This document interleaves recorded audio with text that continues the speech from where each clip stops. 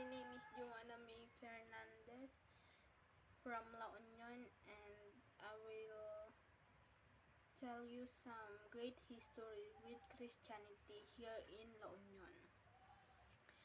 Since Filipinos have a great history with Christianity, many sincere Christians have felt that it is simpler to contact them and bring them to Christ. That, however, is false. Roman Catholics are obstinate and challenging to convert to other denominations of Christianity. Most of population in the Philippines is Catholic. As a result, Catholic and Christians' ideas are parallel by most of our nation's traditions. Here in La Union, festivities like festivals and processions, sacraments like baptism, Holy Communion, and a marriage, and holidays like Christmas and Easter were already ingrained in its society. Since the Spanish introduced Catholicism to us in the 16th century, it has been a part of the Ilocanos' identity. The start of Christian period in the Philippines was announced by Ferdinand Magellan's landing on the island of Cebu soon before Easter in 1521. At first, Magellan's dual goal of evangelizing and commerce seemed to be going well. The first local official he met, Hubadon, heard the good news and trusted in Jesus, but afterward, a powerful figure by the name of Lapu-Lapu rejected Christianity. Magellan made the mistaken choice to approach the chief with a small band of armed Spaniards. Magellan lost his life in the battle because his troops were outnumbered and defeated. Because those who were still alive fled to the island of Cebu, which is 983 km far from La Union. The first attempt to spread the gospel in the Philippines was failed. It took some time for Christianity to spread over the Philippines islands, especially to La Union. There were so few Catholic residents or parish priests in the new Spanish colony that it fell to missionary orders to convert the native people. Together with the Catholic Church, the Augustinians, Franciscans, Dominicans, and Jesuits oversaw the numerous island. All Catholic orders were given permission to operate and serve in Manila, the capital of the Spanish province on the island of La Union, or Luzon. La Union cultures has long been significantly influenced by Christianity. The majority of Ilocanos were shaped by Christian symbols and practices which laid the groundwork for societal changes. In her essay, Cristina Astorga asserts that Christianity not permits Philippines culture but also has a major impact on society institutions and individual lives. Religious practices are carried out to avoid agricultural devastation and the incidence of bad fishing luck in La Union. In addition, the saints' prayers and the Christian religious objects of Ilocanos like cross, palm leaves, holy water, etc.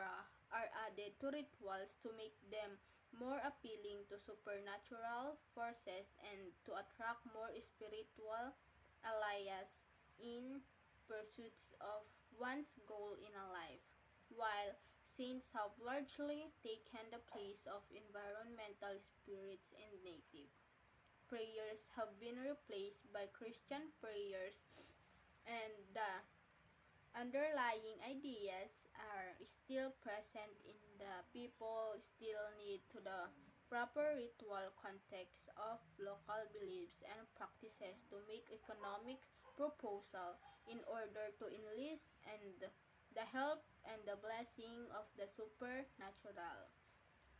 When seen within context, La Union cultural religious practices here might be characterized as psychological frameworks that support people emotional conducts.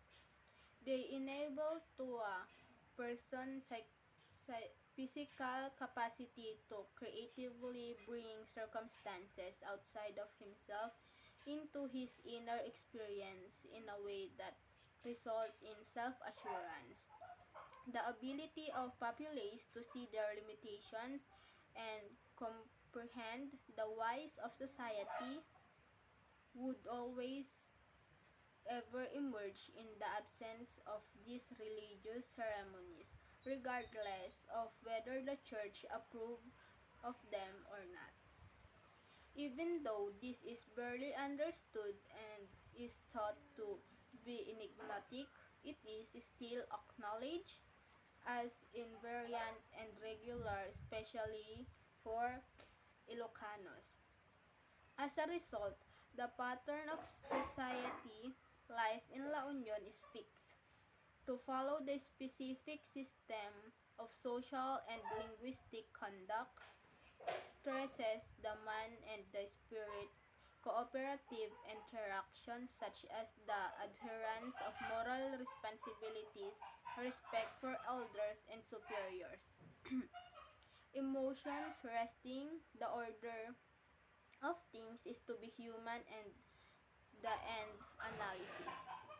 A monotheistic faith involved from ancient Jewish costume Christianity. This religious is based on the teaching of Jesus Christ. The Bible is the primary source of faith for the three main Christian communities, Catholic, Protestant, and Orthodox. Most of the Ilocanos are Roman Catholic, which are monotheists, yet they view God as being three distinct persons, the Father, the Son, and the Holy Spirit.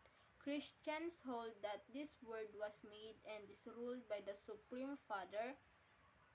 The third persona of the Trinity God is the Holy Spirit, who helps people discover their inner God. He guides the church and Jesus' disciples.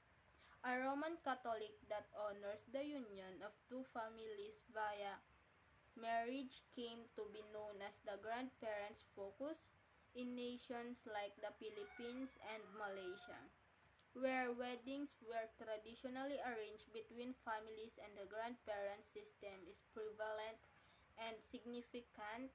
This is popular in La Union. The chief of two amicable households were expected to formalize their alliance by setting up a suitable marriage for their offspring of times when the youngers were still very young. In these regions, long before Islam or Christianity to arrive. To help each family's child and eventually married couple establish themselves solidly in the future. This arrangement sure that made the way would always have access to both affinal relatives as well as blood relatives for counsel and assistance. Unlike during the Spanish era, Christianity in La Union currently combines the efforts of several Protestant missionizing success with local people's patriotic attempts to Philippinize Roman Catholicism. Thank you.